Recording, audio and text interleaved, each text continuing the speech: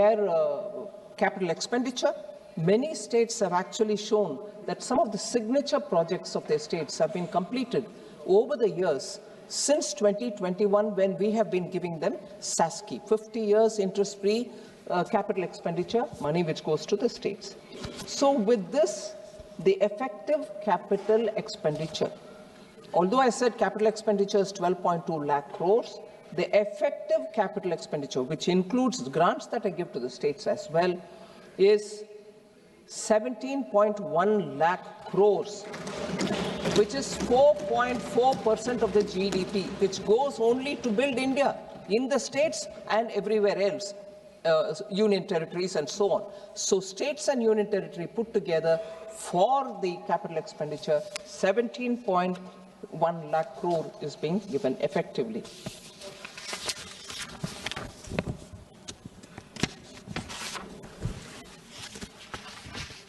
I'm not spending too much time on the fiscal summary, Madam. Fiscal deficit, as you know, for this coming year has been pegged at 4.3%. There are, of course, quite a few honorable members who said it's by restricting your expenditure that you've come to that fiscal consolidation. I'll explain it, that it is not by restricting the expenditure, but I can expand on that a bit later. The resources transferred to the states, often we are accused of not really transferring the 41%, which the Finance Commission has recommended, that Government of India should give 41% of devolvable tax to the states. It's not 41%. I will assure this House through you, Madam, 41% it is that we have transferred to the states. We have not reduced any states transferred devolvable tax which has to go. And that I will also bring in the details. Total resources to be transferred to the states, including the devolution of states' share in taxes and releases that are made under the centrally sponsored scheme in 26-27, the coming year, is estimated to be at 25.44 lakh crores. इतना पैसा states को जाएगा इस साल, आने वाले साल, 25.44 lakh crores. This entails an increase of 2.70 lakh crores. ये पिछले इस साल जो मार्च तक है, उस साल से कंपेयर करते हुए अगर हम देखें तो 2.7 लाख करोड़ का इंक्रीज है 25-26 में, और 3.78 lakh crore more than the actuals of 24-25. So इतना स्पष्ट इंक्रीज स्टेट्स को जा रहा है. और इसके साथ साथ मैडम, क्रेडिट अवेलेबिलिटी कैसा है? इंडस्ट्रीज काम करने के लिए, छोटे इंडस्ट्रीज, छोटे उद्योगों के लिए total credit has actually expanded by 13.8% in the current financial year. As of January 15th, 2026, non-food bank credit has grown by 13%, and the non-bank credit, which is NBFC, has grown by 15.4% at the same period. So credit का कोई कमी नहीं है. I want to highlight the fact, Madam, the 16th Finance Commission, whose report I had tabled in this House, has very clearly said, क्योंकि बार-बार ये प्रश्न आता है कि सेंटर स्टेट्स को देने वाले पैसा नहीं दे रही है, उसका विषय में फिनांस कमीशन अध्ययन करने के बाद उनका बयान है रिपोर्ट में. मैं I am not exactly coating it, I am putting that वो रिपोर्ट में क्या कहा गया. 16th Finance Commission analyzed the state's share transferred by the center to the states from 2018-19 to 22-23 and concluded that in each of these years the devolution made by the center exactly matches the recommendation of the Finance Commission. So सिर्फ हम नहीं claim कर रहे हैं, finance commission ही विस्तार से इसको अध्ययन करने के बाद उनका रिपोर्ट में ये बताया गया कि सेंटर से जो पैसा स्टेट्स को जाना है, ये उदाहरण लेकर के 18 2019 to 2022-23 इन सालों का विषय में अध्ययन करने के बाद स्पष्टता से बोला है कि केंद्र सरकार से राज्य सरकार को जितने भी पैसा जाना है वो टिक गया है स्टेट्स को, कोई इसमें शक करने का गुंजाइश नहीं है।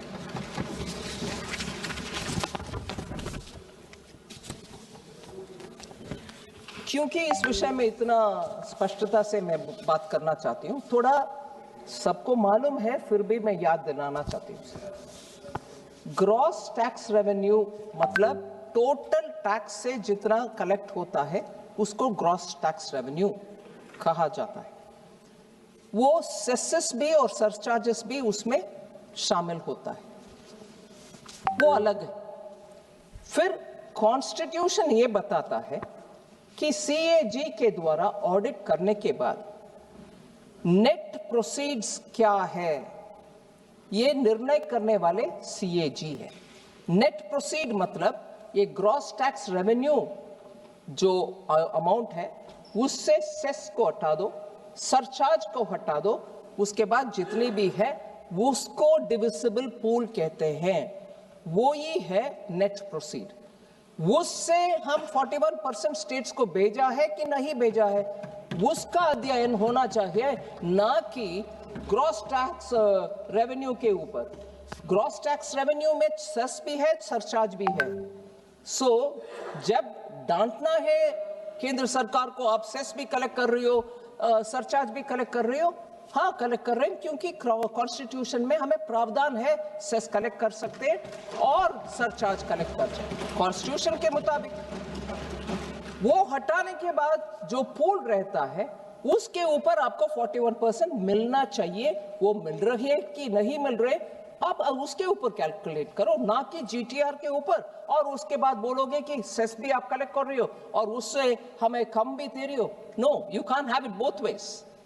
So I think we should be very clear। और ये Annex 4A और Annex 4B, sorry,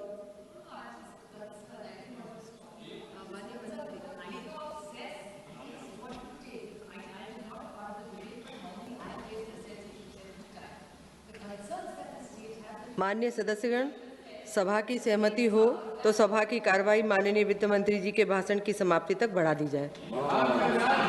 माननीय मंत्री जी, continue.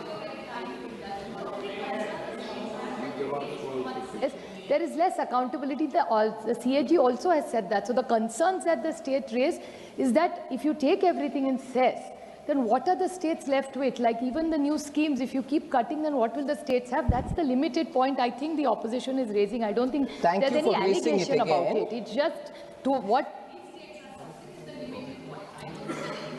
There's no suffering to the states even on that score, Madam Honorable Member. I'd like to explain that as well, and I will go into the detail with that as well. Cesses and surcharges, cesses particularly are collected for a particular purpose. Health cess, education cess, road cess, इन सब में जितने भी collect होते हैं वो हमारे काम में नहीं आता है, वो स्टेट्स को जाता है उस पर्पस के लिए। स्कूल बनाओ, एजुकेशन सेस, हेल्थ सेंटर में कुछ कमी है, मशीन्स खरीद लो, उसके लिए जाता है health cess. Road cess, road बनाने में जाता है, और जितना कलेक्शन हुआ उससे ज्यादा ही हम स्टेट्स को दे रहे, वो नंबर के साथ मैं अभी बताऊं। इसीलिए सेंटर कलेक्ट करता है, ये नहीं है कि वो सेंटर ही उपयोग करता है। आखिर सेंटर के पास कोई रोड नहीं है और सेंटर के पास सिर्फ एक हॉस्पिटल है, ऐसे भी नहीं है। हॉस्पिटल हर जगह पर है, और हर जगह पर जितनी भी हॉस्पिटल है स्टेट के साथ हम शेयर करते हैं। सो सेस कलेक्ट करने के बावजूद पैसा जाता है स्टेट्स को ही। सो ये I just want to explain that, and वो नंबर भी मैं देती हूँ। और रिसीट बजट में, क्योंकि ऑनरेबल मेंबर्स इस विषय में बहुत रुचि लेते हैं, ये बोलना चाहती हूँ। रिसीट बजट एक डॉक्यूमेंट है, बजट के समय बजट डॉक्यूमेंट के साथ वो भी आता है। उसमें अनेक्स 4A और 4B देख लीजिए, उसमें CAG ऑडिटेड नंबर का बयान उसमें रहता है, आप देख सकते हैं। हम हमारे बजट को रिफॉर्म करने के रास्ते पे चलते एक नया रिसीट बजट में जोड़ा है 4C। वो 4C भी हर साल आता है। उस 4C से आपको और क्लियरली डेटा मिलेगा कि कहां जा रहा है पैसा। ये भी फिनांस कमीशन अभी रेकमेंड भी कर रहे हैं कि हर साल आप डेटा निकालो उसका, वो निकाल रहे हैं। और हमारे बजट के डॉक्यूमेंट में रिसीट में वो भी है, सिर्फ मेंबर्स का जानकारी के लिए मैं देना चाहती हूँ। और इसमें से मैं शुरू कर रही हूँ ऑनरेबल मेंबर्स का questions. Honourable N.K. Premachandran ji had asked related to this. आप अभी टारगेट डेट टू GDP में जा रही हो विदाउट अमेंडिंग द FRBM, ये प्रश्न था उनका। मैं उनको कहना चाह रही हूँ डेट टू GDP रेशियो ये नया टारगेट कुछ नहीं। Along with fiscal deficit, debt to GDP already included है as a target. 2018 amendment of the FRBM act में वो बनाया गया है वो प्रावधान। This is mentioned under the section 41B of the FRBM act. इसके कारण हम ये स्पष्टता से कह सकते हैं गवर्नमेंट के स्ट्रैटेजी टू अचीव विकसित Bharat is to provide capital investment in the economy. For that purpose, we have allocated effectively 17.15 lakh crore, and this will work as a force multiplier and therefore accelerate our move towards Viksit Bharat, and this will be a very important factor in achieving Viksit Bharat, not by moving this or that. We have not moved, both are available through the FRBM Act.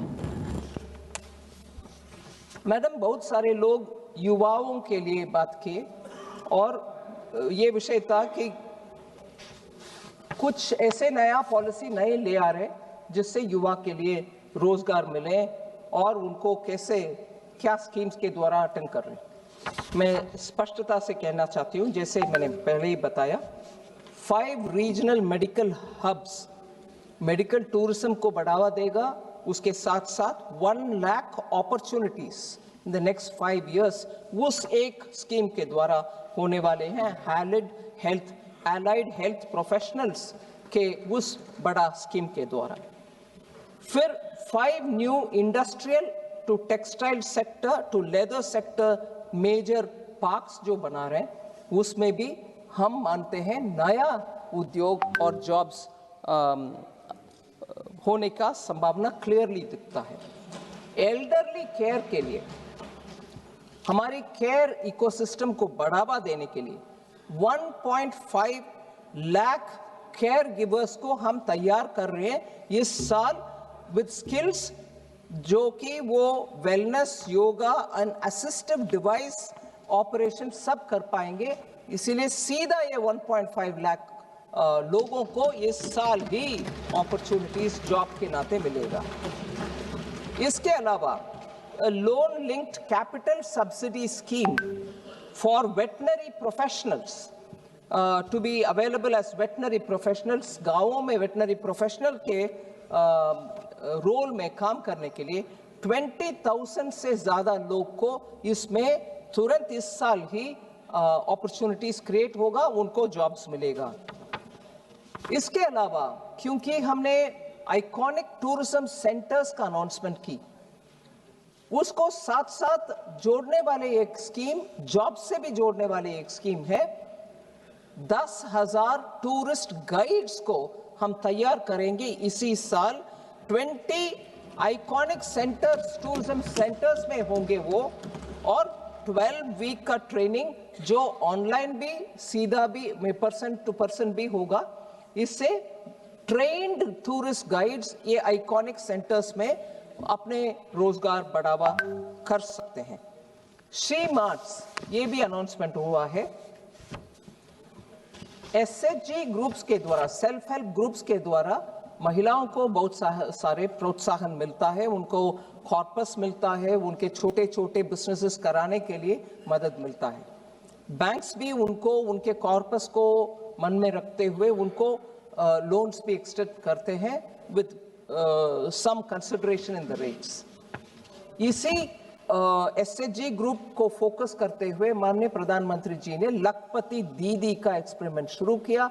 उसमें इतने सारे गांवों में आज हम जाने में, I am sure honourable members जाने के समय आप मिल सकते हैं कितने लखपति दीदी हर गांव में अभी सामने आ रहे हैं। उनका नंबर हम बढ़ाने के लिए भी अनाउंसमेंट की है। और ये महिला आज सिर्फ उनके अपने ग्रुप में ना करते हुए, मैडम मैं आपके सामने ये कहना चाहती हूँ, मैं नागालैंड गई थी, उधर नेशनल रूरल लाइवलीहुड मिशन के द्वारा थोड़ा कम ट्रेनिंग पाए हुए महिला आज सामने होकर के बोल रहे हैं हम मेरा अपना दुकान चलाना चाह रही हूँ।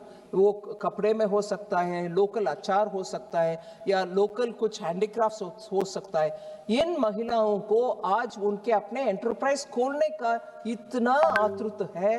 उनको हम ट्रेनिंग भी करेंगे, उनको बैंक के द्वारा असिस्टेंस भी देंगे। सो शी मार्ट का मतलब self help entrepreneur, self help group से निकले हुए महिलाओं को प्रोत्साहन देना, उनको सपोर्ट देना, मार्केटिंग असिस्टेंस प्रोवाइड करना। इस शी मार्ट का अनाउंसमेंट, ये ट्रांसिशन जो होता है क्रेडिट लेड लाइवलीहुड, उससे बाहर आकर के आज उनके अपने चलाने वाले एंटरप्रेन्योर तैयार करना, वो भी महिला के बीच में, इज अ मेजर अनाउंसमेंट। फिर दिव्यांगजन कौशल योजना, कस्टमाइज ट्रेनिंग देंगे जिनको कैसे किस रूट पे जाना है, with sensitivity and dignity intact for दिव्यांगजन। उनको आईटी में सेक्टर पा सकते हैं, या तो एबीजीसी में सेक्टर, जिसको अभी बड़ा प्रोत्साहन मिला, वो वेव्स कॉन्फ्रेंस के बाद भारत में बहुत अच्छा रिस्पांस मिल रही है। इनमें ये दिव्यांगजन लोगों को आईटी सेक्टर में भी और टेक्नोलॉजी सेक्टर में भी, एबीजीसी में भी, हॉस्पिटैलिटी सेक्टर में भी उनको जॉब्स मिलेगा। ऐसे हर एक सेक्टर के ऊपर ध्यान रख के हम जॉब्स के लिए, युवाओं के लिए ट्रेनिंग, इन सब में एआई का एक्सपोजर भी उनको दिलवा रहे हैं। मैडम एग्रीकल्चर के ऊपर बहुत प्रश्न उठाए गए, उनको भी मैं कहना चाह रही हूँ कि टेक्नोलॉजी एआई ड्रिवन एडवाइजरी, वो भारत विस्तार के द्वारा ये मल्टीलिंगुअल एआई टूल होगा। एग्री स्टैक जो एग्रीकल्चर मिनिस्ट्री के द्वारा क्रिएट गए, हर फार्मर को आइडेंटिफाई करके उनके क्रॉप है, उनके सॉइल हेल्थ कैसा है, उनको कितना फर्टिलाइजर आवश्यकता होगा, ये सब का विषय कंप्लीटली डिजिटाइज्ड रूप में एग्री स्टैक में रखे हैं। इनफैक्ट एग्री स्टैक हमारे यूपीआई स्टैक जैसे बड़ा नेक्स्ट भारत का एक innovative approach to digitise agriculture, जिससे प्रोडक्टिविटी इंक्रीज होगा, फार्मर का इनकम बढ़ाने के लिए ये एग्री स्टैक पोर्टल और आईसीएआर का एक पैकेज भी है एग्रीकल्चरल प्रैक्टिसेस के ऊपर। कौन सा बीज अच्छा क्वालिटी है उसको टेस्ट करने का, और क्या एक्सटेंशन ट्रेनिंग दिलवाना है, इरिगेशन कितना कैसे होना, ये दोनों का एग्री स्टैक जो डिपार्टमेंट का है और आईसीएआर पैकेज जो quality of processing and also quality of seed and cultivation, इन जो दोनों को मिलकर के बेटर फार्म प्रोडक्टिविटी के लिए जो साइंटिफिक बेसिस में एग्रीकल्चर मिनिस्ट्री में जो काम हो रहा है, उसको पूरा समर्थन हमने स्पष्टता से कही है।